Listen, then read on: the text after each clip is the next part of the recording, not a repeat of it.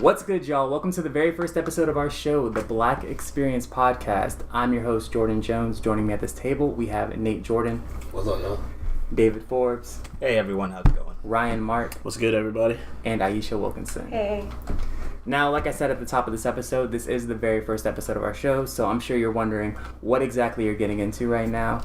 Well, the Black Experience Podcast is supposed to be a show for everybody to enjoy, so we can talk about the nerd culture, the things that we enjoy about it, the things that we hate about it, the good, the bad, the ugly, all of it. And with this show, we want to give a new perspective and like a new twist on topics and just the medium that we enjoy so much. Now, before we can really do that, we have to kind of define what nerd culture is and what nerdom is. So I'll let Ryan Mark do that real quick. Alrighty. So basically, I'll be defining what the word geek is, since we're basically going to be talking about geekdom.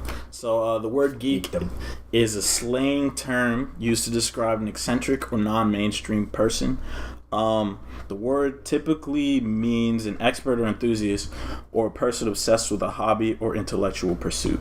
So that's basically what geek means.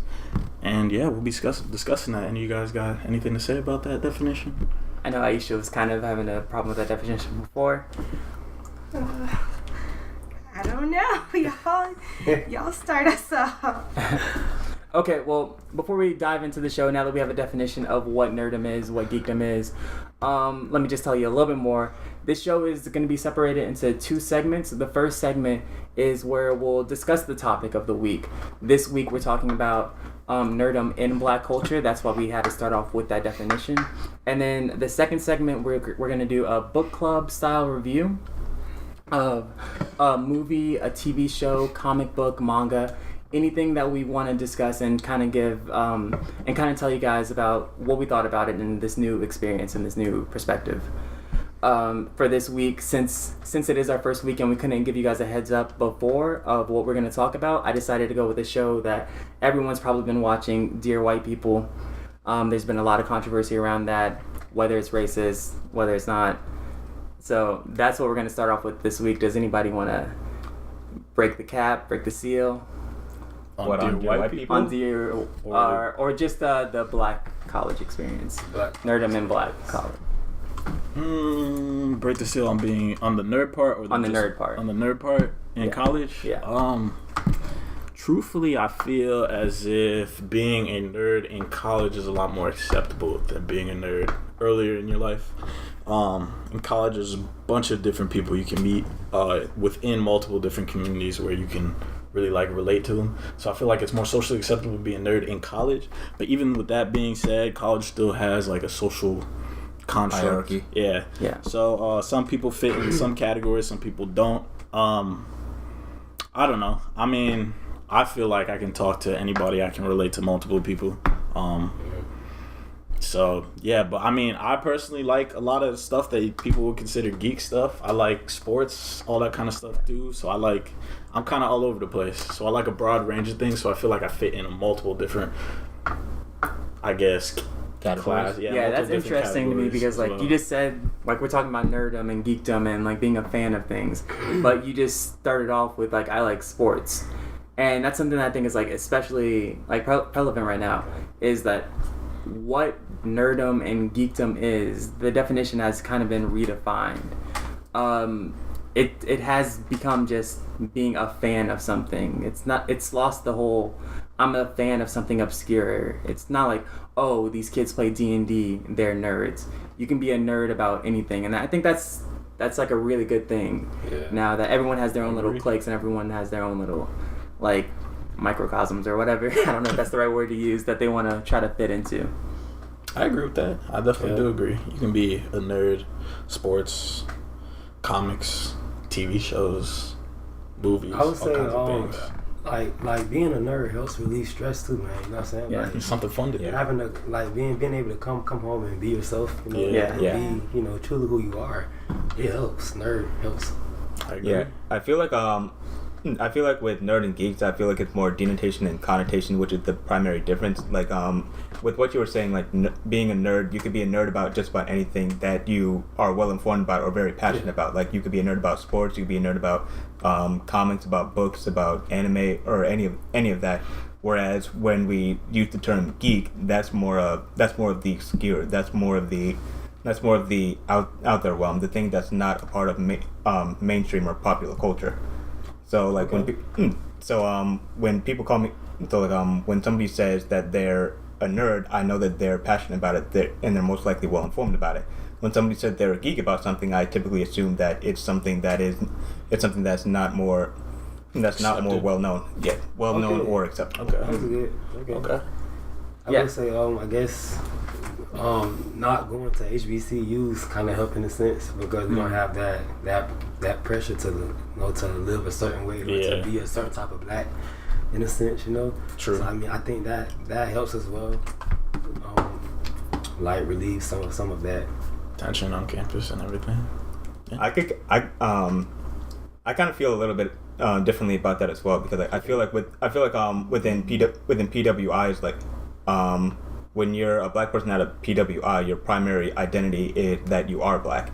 So you may typically do certain things try to fit into like what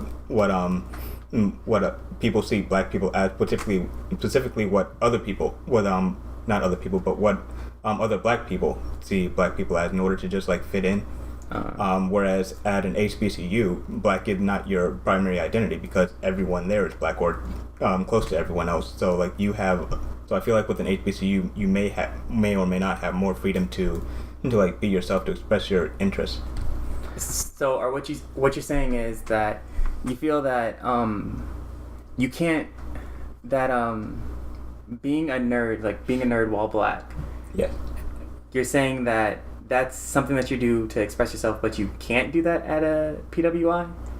You're saying that like you have to show that you're black at a PWI. Yes. But I feel like that you can't really be a nerd while black at a PWI. So would you say that, like, you're saying that you have to show your blackness and express your blackness, so blackness isn't the same as nerdness. You can't be a nerd and black. I'm saying you can be a nerd and black. It's just it's hard to it's kind of hard for me to specifically describe this, but like at a PWI, I feel like being black is your primary identity. So you may you try harder to fit in with being black and less being a nerd. So yes, that's what I'm saying. But then that raises the question of who made it a statement, or like who made it a thing to not be black and nerd. Like why do I have to be more black than a nerd? To be more nerd? Yeah, I guess that's what I was trying to say. I kind of twisted it around a lot. But when I would say being a nerd is more accepted. I agree. At a white institute, because it's more viewed of their thing in a sense. You know what I'm saying? So being a nerd, it'd be more accepted, I believe, at a white institute versus the HBCU. But I agree with that statement as well. I don't know. Like I feel like at certain PWIs you're trying a little bit more to fit in with how other people, how non-black people see you, which is the other aspect specifically associated with black culture, such as hip hop, R&B, certain television shows, certain diction and vernacular. Whereas at an HBCU, since everybody there is black, being black is like being black. There's not as much stress. I don't have to fit into what black is because like I know I'm black. Everyone here knows that they're black and I'm black. So I'm much more free to be myself. Okay. So wait, could you elaborate on what you were trying to say? You said that you felt you couldn't. Yeah. So what I'm trying to say is something that we're still not really getting at is that I like these things. I like anime. I like games. Yeah. But at FSU, I feel like if I'm trying to interact with the black culture, with the black students at FSU, they're not really there with me. Most of them aren't really there with me. They're not liking these same things. They're not open to have a conversation about this. It's like, oh no, like you like that, kind of stay over there. Keep that to yourself. Yeah. Like, let's talk about the playoffs right now. Yeah. Let's talk about these things that are more accepted within black culture. Yeah. Okay. With that, I would say I see that often as well, but I would say I see it kind of in both communities as well. Mm-hmm. I feel like that comes down to more of like not just geekdom and like being black, but more of like just being like a guy type of thing. Yeah. You know what I'm saying? I feel like being a geek and liking anime and stuff like that, you know, comic books, stuff like that, more accepted. I don't know, maybe you can touch on this. It's more accepted if you're a girl, but Wait, what? More accepted to be like a comic book fan if you're a girl? yeah, like I feel like being a nerd is a little bit more accepted if you're a girl. Like a lot of times, I don't know, at least for I don't know. Yeah. I don't know. I mean, like, I kind of see where you're coming from. In middle school, for me, like liking manga, reading manga, that was kind of a feminine thing. Like the big manga in middle school was Fruits Basket. I don't know if you remember that.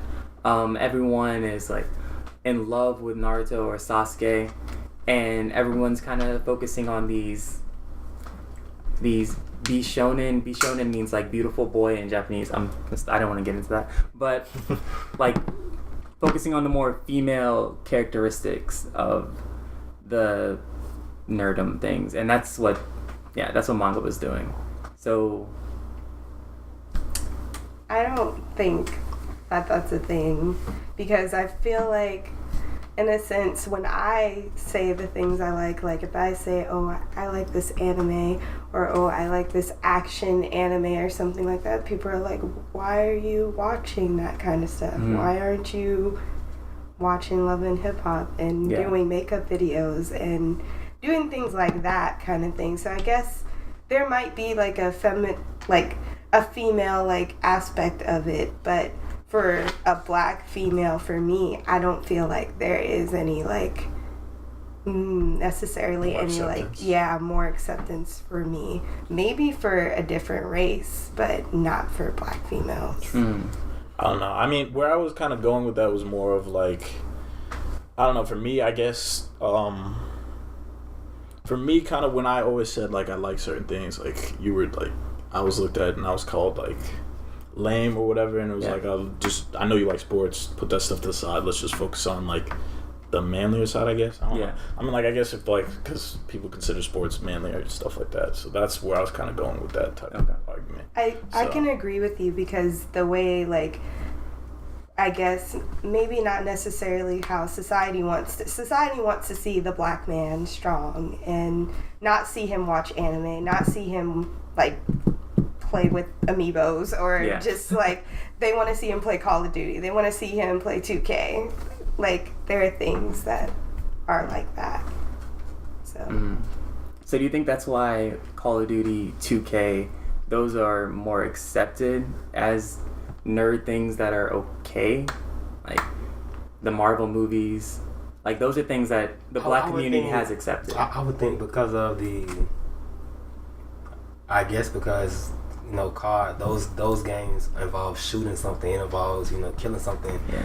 And doing those things are seen as being a man more than, you know, watching anime on TV or something like that, you know what I'm saying? Like, action or violence in a sense, you know, those that can be is what considered as more of being more of a man than other things. So that plays a role too, you know. So we do those things because that's what we know of growing up as a man, you know, to be in those settings. That's what we know, you know. So in a sense, that's why. So like the fear of nerdom in black culture is a fear of masculinity, like demasculinity for half of it. I wouldn't say that's the whole argument, but I say there's a piece of it in there. I guess I'll say there's a piece of it in there, but I wouldn't say that's the whole argument. But like I said earlier, I feel like being in college, it's a lot more. I met more people that are cool with me just saying I like anime, like Pokemon and stuff like that. I feel like it's a lot more accepted in college than it was in high school and middle school. In high school and middle school, that was like taboo. That was like a big no-no. Yeah, it's definitely not something you bring up first time meeting someone. But I mean, like, I don't know. Now I'm just too old to give a crap. So like, Sure. All right. Does anyone have anything else to say about that? I think I can touch off of that a little bit. On the topic of masculinity, sort of sort of how it touches into anime and pop culture. Because growing up, we did have anime, but they were a bit more Americanized and accepted anime. They were animes that were almost entirely action. We had stuff like Yu-Gi-Oh, Pokemon, Dragon Ball Z, Naruto. Like those things were insanely action packed, and those things are a part of that are Japanese culture are now more a part of American mainstream culture. Whereas now nearly anyone I meet that's my age, they grew up with that and they say they love it. Whereas I probably couldn't talk to somebody about other anime that aren't nearly as mainstream, that may not be that either aren't as popular or aren't as masculine. For instance, like earlier this week we started watching Haikyuu. Yeah. I probably couldn't talk to somebody like about that, and they probably think I'm weird. Like, what the heck is wrong with you? I don't know what that is. Haikyuu is like it's an a anime about anime. volleyball. Like, have you ever Prince heard of Tennis? Prince of Tennis or There's Croak on the that, Basket? Toonami, Prince of Tennis. Wait, you've seen Prince of Tennis? Yeah, it was on Toonami. Nice. I did. I personally Anything didn't not like on it. Toonami, I think David's talking about. True. Yeah. Yeah, so basically anime that's not mainstream. Yeah. Okay. Okay. Well, yeah, I think that's a good spot to end this topic. Like everyone, seemed like we've settled something.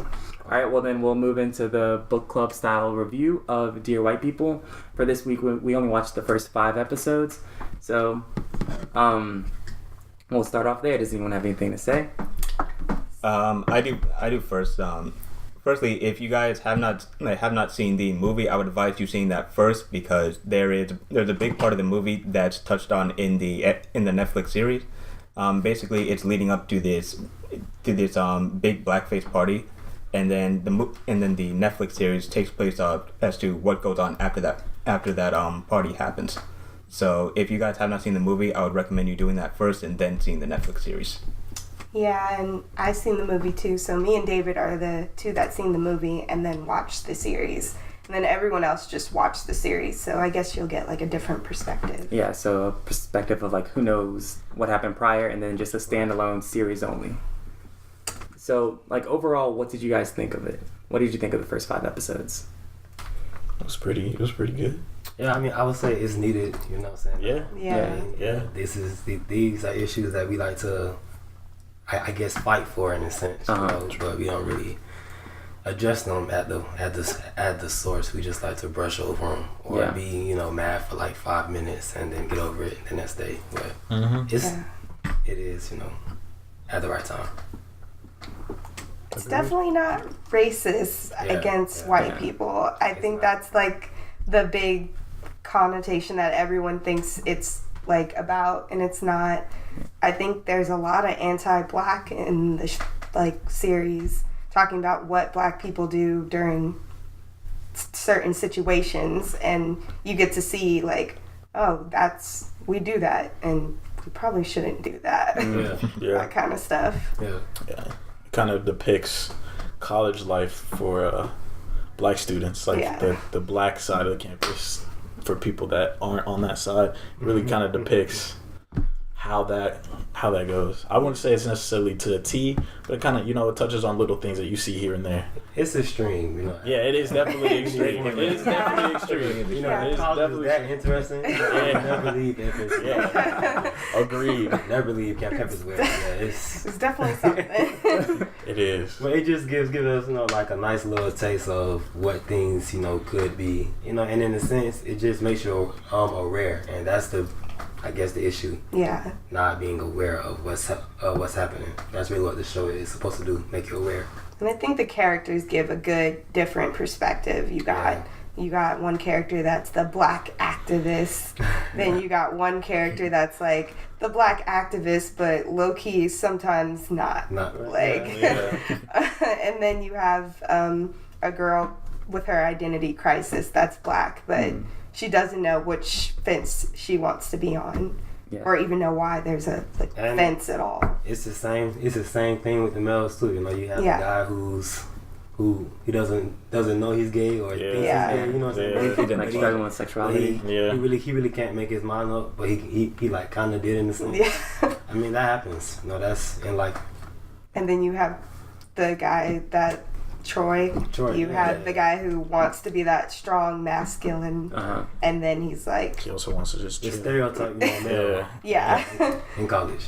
Yeah, like I feel the character Troy, I feel like he's forced more to sort of pick a side, where either the white community or the black community feels like, okay, you're either with us or against us, and he can never be both, despite that he is. Okay, spoiler alert. Troy, he's the current president, like the current student president. Wait, real quick. This is all spoilers, by the way. Yeah. We're not giving any spoiler warnings. This is a free conversation. Yeah. You should have watched it. If you guys haven't watched it, please turn it off now. So but one of my criticisms of the show itself is that it currently paints like a lot of the characters as like one or two dimensional, and like where I feel like there could be like more layers added. Although I still am hopeful. I still feel like there could be more room for transparency. But then again, like this is the first season, and they could probably add on to that maybe during the second season, or if they're going to continue it even more, a third season. Yeah, I found that many of the characters were like unlikable. No one's I'm not really attached to anyone. Yeah. But is there a character that stood out to you guys, one that you do see yourself in, or you're hoping to see grow a little bit more? I don't know. I really want Reggie to grow. I do like the fact that he's into his history and but at some point that's great. I'm into my history, but you have to be able to grow and adapt, and to be able to be around all facets of life, not just what you think is life. So that in a sense helps too. I feel kind of for Coco, how she the main dark skin character, and like how it really touches on how she grew up with like self-hatred. Specifically, one of the beginning scenes where it shows that she early in like elementary school when they're picking out toys, and then she goes to grab for a doll, and then like a girl grabbed and said like, no, you get the ugly one. Yeah, I thought that was really interesting because it was another black girl too. I guess she was light skinned, but it really wasn't that big of a like the skin difference. It was basically almost the same color. Exactly. Like I know that there is like a dark skin, light skin like war between colorism. Black people, but that young is interesting. I didn't think they were raising our children. No, like funny. Well, jeez. No, but funny thing about that is I kind of thought about the doll test and that they did in the 1940s. It's basically what doll? Experiment? The doll experiment. What should I explain it for? Go for it. Go ahead. I'm gonna try to explain it as best I can. There may be some things that I miss out, or maybe something that Social learning. Yeah.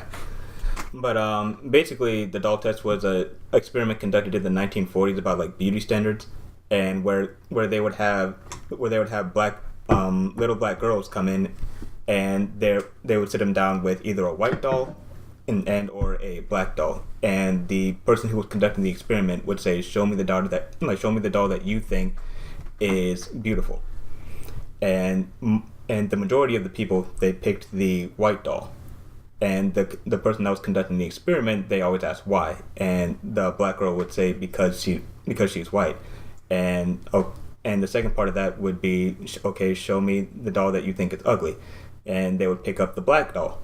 The experimenter would ask why, and they would sort of say like because she's black, and then finally they would ask point to the doll that looks like you, and sure enough that they pointed to the black doll, and so that indicated at an early age that there was some sense of self-hatred that was ingrained to them. Right. In a sense, like kids are rewarded. If we reward them with that type of thought, that's a thought that they will have. But if you don't give them awards for those thoughts, maybe a child won't grow up thinking, those type of thoughts. But I think Coco, back to this show, Coco, I think is a good character to watch grow because she did have that self-hate, and now we saw her flip the script, and then she tried to join the BSU, the Black Student Union, the Black sorority, and then didn't get what she was looking for, and then she became outcasted again, and she was like, well, might as well go back to the fence I was on. And she kept kicking them out. Now they want to be in where she was. She kicked them out. Yeah. So But I think Sam is also interesting. I think Sam is being that she's the voice in a sense of the show. Yeah. But to see that she still faces her own issues and has her own setbacks that she's trying to deal with while still fighting and being that voice. It's an interesting character to see. Yeah. Would you guys say that Sam is fake? Because she comes into school, she's like, hey, black friend, and she has the long hair. She has the image of the sorority that Coco is trying to get into. I think we misunderstand the point of what Sam is trying to. Sam is basically, she's not saying that, well, what she is saying, I guess, it would be towards, like, white supremacy, you know what I'm saying? White supremacy? Yeah, like in a sense. Mainly towards, that's what she's getting at towards all of her, points. Not so much the issues of just black and white itself. Mm-hmm. So maybe that's been, like, ignored in a sense in her relationship with Gabe. I don't remember. Gabe. Yeah. What's your thought on that? But I don't know. What's your thought? Do you think she's fake? I'm not really sure because there's a lot going on there where when she comes into school and she's like, oh, I like my men like Coco and like Well, coffee. see, but you also like my thought process on that is like I don't know. So in like a lot of black communities, I feel like it's kind of taboo in a racial relationship. Yeah. It's taboo. Like Yeah, but I feel like she was in a safe Don't do place that. there. Like she was in her dorm room. She could have said, yeah, I like white men there. Yeah, She only had one other black friend there, Coco.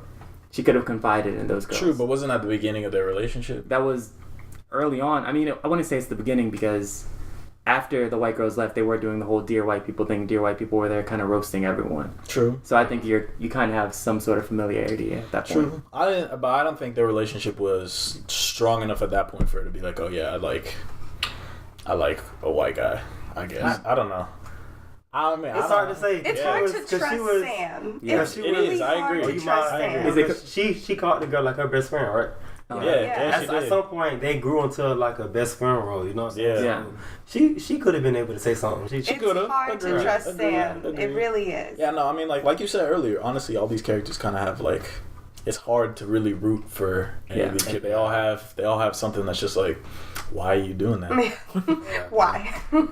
So yeah, They kind of touch on that a little bit in the movie as well, because in the movie it starts off. The movie is kind of different from the Netflix show, but not really. But in the movie, it's more like they're talking and they're flirting. And the white guy, his name is Gabe. Like he clearly has started to have feelings for Sam. Like Sam started to have feelings too, but she continues to fight it. And at the very end, she ultimately the two of them are together. But also in the movie, it goes back to what you guys were saying about how Sam may be fake or something, because it clearly states that she is biracial, and she's the one that end up being like the freedom fighter or face of yeah. And I can't remember what his title is, but Troy's dad, Dean. Dean, yeah. yes, Dean. He comes up and talks to her and pretty much states like it feels like you're trying too hard to fit into the black community and to like prove that you are black because you are biracial, and that you're trying to like forcefully deny that white part of yourself. So like I feel like in the direction that they're going with this Netflix series, they're kind of touching on that a little bit more. Okay. But something else with I'm going away from that, but there's something else with Coco and Sam that I found interesting, and this kind of touches back to what we had during our the topic segment of our show, was they were both denied by something that they wanted to get into, but then they still kept fighting to get into that. When they first were sitting down eating lunch together, and then BSU came up and they're like, hey, this is our seat, you guys gotta move. And then they left. The BSU. The by the BSU. way. The Black BSU. Black Student Student Union. Union. that- Just kicked them out of the table, and they're both black. Like, even if Sam is half, Coco's still full. So going off of that, like, they kicked them out, and then Sam still wants to go and still joins the BSU. And then Coco is trying to become, go into sorority life, go into Greek life. Coco is denied by them, but Sam is accepted. But Sam still goes away from them, and then Coco still fights to join. Yeah. Mm-hmm. What do you guys think about that?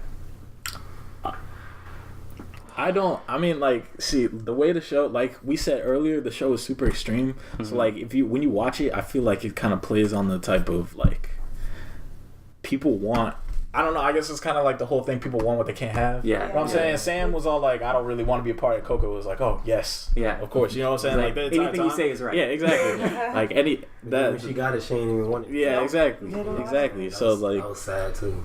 I feel like the thing with Coco is that like she wanted to be desired because like a lot of people, because she was dark skinned and she felt like people didn't want her before. like because like I feel like that touches on her growing up a little bit more, like how she was always sort of denied because she was the darker person. Yeah, and even in one of the flashbacks during her episode where it showed that she goes to a party with a lot of her friends, her white friends. And they're all waiting for guys to talk to them or pick them up, and ultimately, all of her friends get picked up, and she left there all alone. And I feel like ultimately she just wants to be desired. She just wants to feel special, something that she did not get growing up. And I feel like that led to her wanting to join sorority because everyone looked at that sorority, Alpha Delta Rose, I think they were called. Everyone in the black community looked at that sorority as like they're those girls. They're the girls that you should aspire to be. And so that's ultimately why I think she wanted to join them. And she kind of mentioned something like how she wanted to have a lot more sex than what she was having. Mm-hmm. She mentioned that part. So in a sense, that the same thing what you just said in a sense. I think what's interesting from the show, like, I know this is like kind of extreme, but the way their hair changes, like I was talking about that when we were watching it, like first everyone starts off as natural, like normal, and then we go into their like sophomore, junior year, whatever, they're growing up, and then they start wearing weave, or well, one person does, Coco does, but Sam doesn's because she has good hair in a sense. She already has her good hair from her good side, I guess. So basically she's wearing her natural hair, and then of course the sorority comes up to her and is like, where'd you get your hair? And she's like, it's mine. And she's like, haha, join us. And then Coco had the short hair and she's like, my hair is real too. In fact, of course it is. They're like, no. That was such a horrible that was ridiculous. And that just like shows you like the hair thing was a way, in a sense, how females look at each other in the black community. That's horrible. Yeah. Because they put her in a spot where she, probably felt even worse. Yeah. Because the hair that she had was not able to, be enough in a sense. Right. Be that poofy, big, long type of thing. And then, of course, we get to the final stage where she's wearing weave. Right. And she did all this work. She, like, made herself, like, all this work. And then Sam is wearing natural hair again. She's, like, not changing herself. So... Yeah. And then she's like, why you got that nest on your head? And she doesn't see natural hair anymore. She's like, why you got that natural... Yeah. So, it's different. It's something... I almost feel like the show should be retitled The Coco and Sam Show, because we're only focusing on those characters. Well, I mean, they did touch on a lot of the things for... What was... Reggie? Reggie had a very powerful episode. Yeah, Reggie had a really big episode, so... Yeah, that's interesting. Yeah. He's like that STEM smart kid that you don't see, and then he gets rejected by. And he also, he if you like if you see it, he showed his smart side when he was with his white friends. Mm-hmm. Yeah. Around his black friends, he's kind of hiding like, that. Yeah. He's that Afro with a person. Right. Black this, black that. That is interesting. Like he made an app. He designed an app. It's like he's very, very smart. Yeah. Just haven't found that way to express it yet within his community. But he'll find it. It's interesting. And when they were talking about who hacked the website to see who sent out the email, I'm like, maybe Reggie, because he's that actually is a good point. The one doing all that stuff for Sam. He loves Sam, so. I mean, I don't know. And it sound wrong for like using him, like how she does, like how she knows that the woman likes her, but she doesn't. True. You know what I'm saying? No. Like, she, True. I mean, Coco's using Troy. Yeah, no, I was gonna say that too. Coco's using Troy like crazy. I feel like Coco's using Troy because of the way she was treated in her past. Like, I feel like she's trying to hide being rejected. Like, she doesn't want to be. She always wants to have that arm out, have that arm extended, but, so that if the rejection she comes, also wants that title of Yeah. first lady. yeah, that's true. Of being that girl. Like, yeah, that's true. After being rejected all these years, now I'm that girl. So that's kind of what she wants. True. So I agree. Sam has been one of my favorites throughout the show. So I'm gonna come to her defense right now. I think Sam is still a good friend to Reggie. Yeah. Like, she may be using them, but when he was in his room locked on the floor crying, like, she was there knocking on the door like, hey, what's up? Talk to me. I'm here for you. I don't think Sam realizes that she's I would using say like just as much as it is, Sam's fault. Reggie doesn't do anything either. He doesn't speak up. He doesn't tell her how. He doesn't say how he really feels. He never does. He just allows those things to happen, and then he like reacts after he's like, oh, I missed my chance. Yeah. He doesn't really help it out, but Sam does know. Like, Yeah, she does. She knows. She's portrayed as one of those girls that's been wanted her whole life. So it's not anything to her for somebody to like her. Or Like to the want sorority. her. Yeah, like because she's used to getting everybody. Oh, Sam, you're so cute. Or you know what I'm saying? So, and she has a voice now to match that. So Yeah. True. Very true. Very true. But I do think it's interesting that they changed Sam. Yeah, that's what I wanted to talk to you about. How do you feel about the recasting? Like, Sam used to be a different girl. She looked similar, but she looked different. She wasn't like the character that plays Sam. I seen her on like Hit the Floor. That's like a show that's like with dancers and like hot models and stuff. I just think one of the reasons why I believe they went with her is because of like the type of Sam they was trying to get. They wanted somebody who was I guess outgoing, like a person who didn't mind speaking her mind, and look like, yes, I said this. So I think that's the sound. I didn't see the film, so I'm not sure if that type of sound was there. But I know for sure that this other girl is giving them that kind of sound. I think that type of Sam was there, but she wasn't as pretty as that Sam. Okay. She definitely has better features now. Not saying that the other one was ugly, but you can see the glam up for Sam. Okay. Okay. But Troy's the same. So. And Coco's similar. Coco's similar, but she's not the same. Like, I remember in the film, you could definitely see that she was trying to fit in or look or act more white. Mm-hmm. She made sure she had a specific type of wig, a specific type of looks. She made sure that she spoke a specific type of way, used big used a certain big vocabulary. Mm-hmm. In front of both like white people and black people, and I'm sorry, what were we gonna say? She kind of based her personality, I guess, upon many hats. She wore many hats throughout her day. Yeah, basically. When it's convenient. Yes. Okay. Yeah. Okay. No, but even in the movie, she auditioned for like a certain role. I don't know if it was a reality show or something else, but she went to the person and she talked to them. She set out a certain film, and the guy said like, you're probably not exactly what we're looking for. Mm. And the guy asked like where she's from, and I can't remember where she said, but like it was supposed to be somewhere that's like the hood. And as soon as she said that, the guy like started more so opening up to her, but she immediately denied that part of her. She said like, there's nothing hood about me.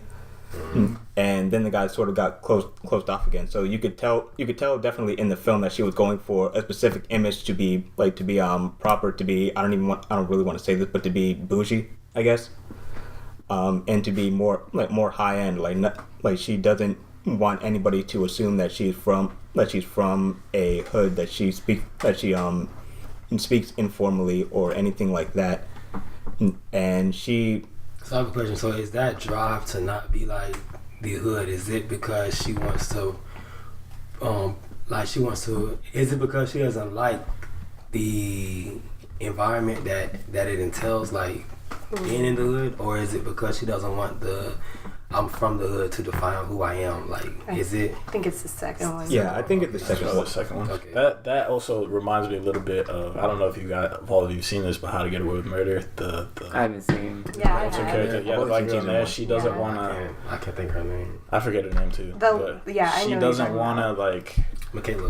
Yeah, Yeah. Michaela. That's it. Like in that, she's kind of she's adopted and she's from like the South and she's poor, but like her parents are like white, like hillbilly kind of. Okay. And she doesn't want to relate to that at all. She gives off this kind of proper, I'm always proper, you don't even know who I am type of vibe. I don't know. She just kind of doesn't want to do She the was. past, I think. But those not her real parents, right? Like She was adopted. Yeah, right. Yeah, she was adopted. That's what she was. So yeah, but I don't know. It kind of gives me the same, like kind of. I mean, she doesn't. The character Coco doesn't want the hood to define her. I feel like we kind of all agree with that. Okay. But I mean, like it's kind of weird. I kind of see that kind of character in a lot of different TV shows. Like with Michaela, she doesn't want to talk about her past at all. She kind of wants to just be this proper person. This is who I am now. This is who you're gonna get. So Yeah. she's more ashamed, but Coco is like more, I guess, proud, but doesn't want it to be Affect. a limiting Yeah. factor in her life in a sense. Okay.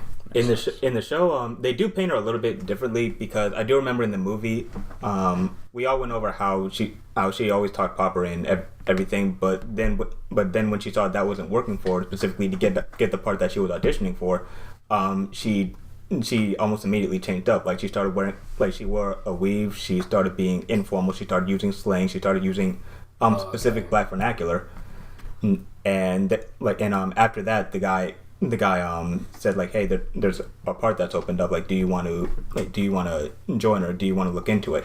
And she did that at the end of the movie. So in the movie, I feel like she switched up with whatever was convenient. Whereas in the series, I feel like they're going with a specific thing. How she definitely wants to be, formal. How she definitely wants to be the proper girl.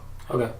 Yeah. So keeping with, is there something that you want to say? Oh no, I think it's just funny that she dressed up as Beyonce at the blackface party. Like, that's like, she's the only black person that dressed up. Alright, so keeping with the trend of the movie TV show comparison, I thought Lionel was going to be a much more interesting character and a lot more involved with the series so far, but he had his one episode and he's been floating around ever since, but he's not really like someone that I'm really rooting for, someone that I care about, someone that I feel invested in. Lionel is interesting because he's always there. Yeah, he's always there, And but it's that's weird it. that he's always there because he doesn't talk to anyone. Yeah. No, but like Lionel, like I do relate to Lionel a little bit because he's more like that socially awkward person. Okay. And like you always see him how he's there and how like even when he tries to talk to people, he sort of shut down a little bit. Okay. But how they painted Lionel in the movie is like they painted him more as like coming out of the closet. In the movie, and I think in the series, like he's officially come out of the closet, well, to one of his friends, Troy. But I can't remember specifically what it was, but like during the second episode with his head newspaper editor, where he was like, you're a black gay person. I think you can't be both. I think it can't be both. I think that's what he said. Mm-hmm. Yeah, something along those lines. Yeah. Really hit that. Like, You can't be both. You said that? Yeah. In the second Can't be episode, black and gay. Basically, like, you're gonna be hated because you're black. You're gonna be hated because you're gay. Don't do Oh, that you to can't yourself. get. Yeah. Oh, wow. Oh, okay. Yeah. Not like you can't do it. Like Yeah. in the movie, there's this thing with Lionel. He has an afro. He has this like huge afro. He's the guy that plays like Everybody Hates Chris. Yeah. Tyler James Ford. Yeah, so that's the guy playing him. So he has this huge afro. But in the movie, when he cuts his afro, he's a different person. Like, he changes. He becomes like way more like speaking up and stuff like that. Confidence booster. Yeah. So in the series. In the series, when he cuts his hair, it yeah. seems like he's just cutting his hair to just cut his hair. Yeah, that's what it seemed like. It seems like weird. it's supposed to mean something, but I didn't really see any like effect from that. He didn't really do anything with it, but just get his hair cut. Yeah, so in the movie, when Lionel cuts his hair, he's like making a statement, okay, I'm going to be black and gay, and this is what I'm going to do. Like, when he cuts his hair, he's talking to more people. He's like doing more stuff in the series. I feel like in this series, when he cuts his hair, it doesn't really mean much. I mean, just thinking, like, now that you said that, maybe, like, when he did get his haircut, he did decide to tell somebody that he was gay. And that was him trying to separate himself from the view that everyone has of him. So, and, like, having an afro is something that, like, white people love black people with afros. They're, like, playing with it. So now he's moving away from, like, something that everyone enjoys. So maybe that's... I kind of get that. He did tell Troy, which was... I don't know if he really told him or not. Like, he was just like, I'm gay. And Troy's like, okay, cool. So, like, what's your hair type? I know how picky y'all are. Yeah, he kind of did. And he said, I think Troy kind of... I don't think it really registered in Troy's head. I don't know if he listened to him. Yeah. Because, I feel like Troy would have, put a shirt on or something. I mean, no, because he put on a shirt, then it's like... why'd you do that? Yeah, it seems like... It seems like you're not cool. You're not cool with... But there is something strange about that scene, because it's like, why... No, it is interesting, too, because, like, in Troy's episode where like, Lionel, he asked if he could hit the campaign trail with him, and Troy automatically assumed it was about like, a paper or he was doing the story, and Lionel, he doesn't technically deny it, but there's that kind of underlying level of sarcasm where, like, there was something Lionel wanted, like, some other motive, and Lionel said, like, I guess this is about the newspaper and nothing else at all, and he's sort of, like, awkward about it. Yeah. So I feel like Lionel is definitely attracted to Troy, and he wants kind of like a relationship with Troy, despite knowing that Troy doesn't, like, really roll like that. But I don't think that Troy understands. I didn't really like, from this series, I don't think he wants to have a relationship with Troy. I just think he admires like who Troy is and everything that Troy has. He wants, you know what I'm saying? Like, he wants the fame, and everybody, like, every room that Troy goes in, he's recognized. He likes being around Troy. So I think he wants to be recognized. He wants that more than a relationship with Troy, or anything like that. I agree with that. I definitely agree with that. Because, like, they showed Lionel's past in his episode where he was, like, the social outcast. He was wearing his Halloween costume. They're like, who are you? So funny. You know what I'm saying? Like, and, like, there goes that culture. Nobody really ever recognized who Lionel was till he had that big break. You know what I'm saying? So I feel like Lionel kind of just wants that. Just to be recognized. Like, when he walks in the room, he wants people to be like, hey, what's up, Lionel? Not just like, hey, you're the newspaper dude. You know what I'm saying? Anything else? I mean, we'll pause there. Yes. Yeah, that's pretty much the comparison to the movie and the show. But the show is something I think everybody needs to watch, not just black people. I kind of want to watch the movie too. Honestly, I don't think the casting's really all that different. To be honest, I'm looking at it right now. I don't think it's... We also maybe seeing, like, Troy grow up too, because his dad has been making everything for him, every type of important thing that he's done. His dad has been, like, there to make that for him. Like, oh, you're going to be, in this school, you're going to go on this trip, you're going to be on this team. You know what I'm saying? So now he's kind of getting in the spot where he may be able to make his own decisions.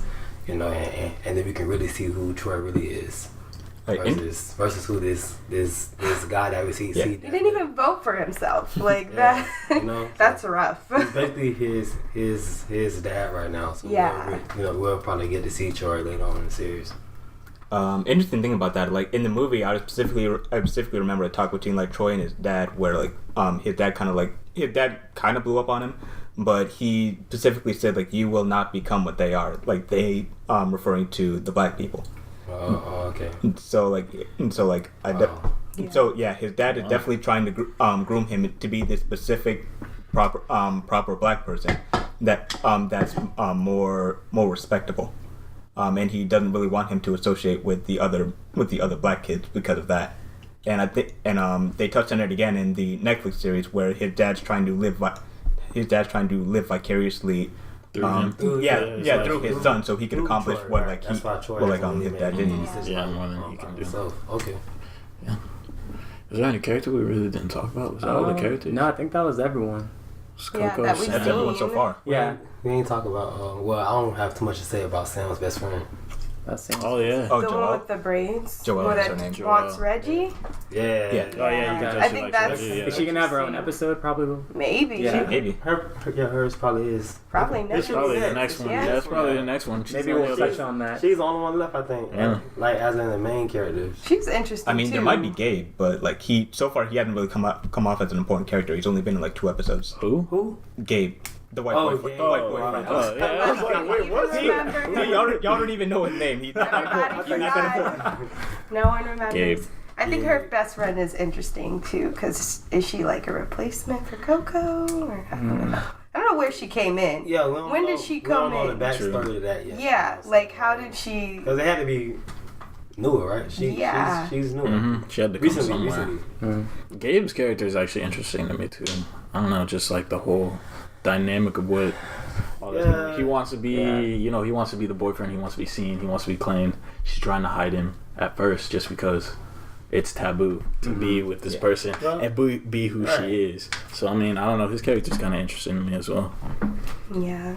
In the movie, I think Gabe was in her class, and they started talking. Yeah, He was I a think TA that's what it in- was. He was a Yeah. TA in the show. OTA. Oh, okay. Yeah. So So yeah. we gonna see. Do we? We're gonna see. We're gonna see. Yes, sir. But See. Hopefully we do see. there's kind of an interesting thing about that. I don't know if you guys want to talk about that now or like save that specifically for another episode, another About segment. Gabe? Or No, but like how black people may feel about interracial dating. Oh. I'm not really sure. Yeah.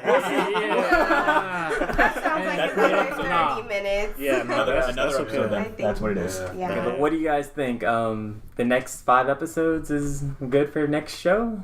I guess. Yeah. Yeah, I mean, yeah, we'll see. I mean, it's We have to finish it. Yeah, we do. Yeah. I'm just We hoping need for a to lot see. more character development and I like just want them to- Reggie's character. want them to stay where they're like at the same level of where the show is now. Yeah. I don't know whether that can happen, but It's Because I mean, they definitely turned up the notch a lot Yeah. on that last Yeah. that Yeah, last that was episode. with very Reggie. serious. I feel like that was a really good stopping that was point. a Yeah. very serious episode. Yeah, that was a very serious episode, and I'm kind of interested to see like how Reggie reacts to that. Yeah. I feel like Reggie's definitely going to develop the most because like so far he's the only one to experience a specific trauma. I mean, yeah, Do you think this is going to make him stronger and he's going to become more of a rebel, or is he going to step down a little bit?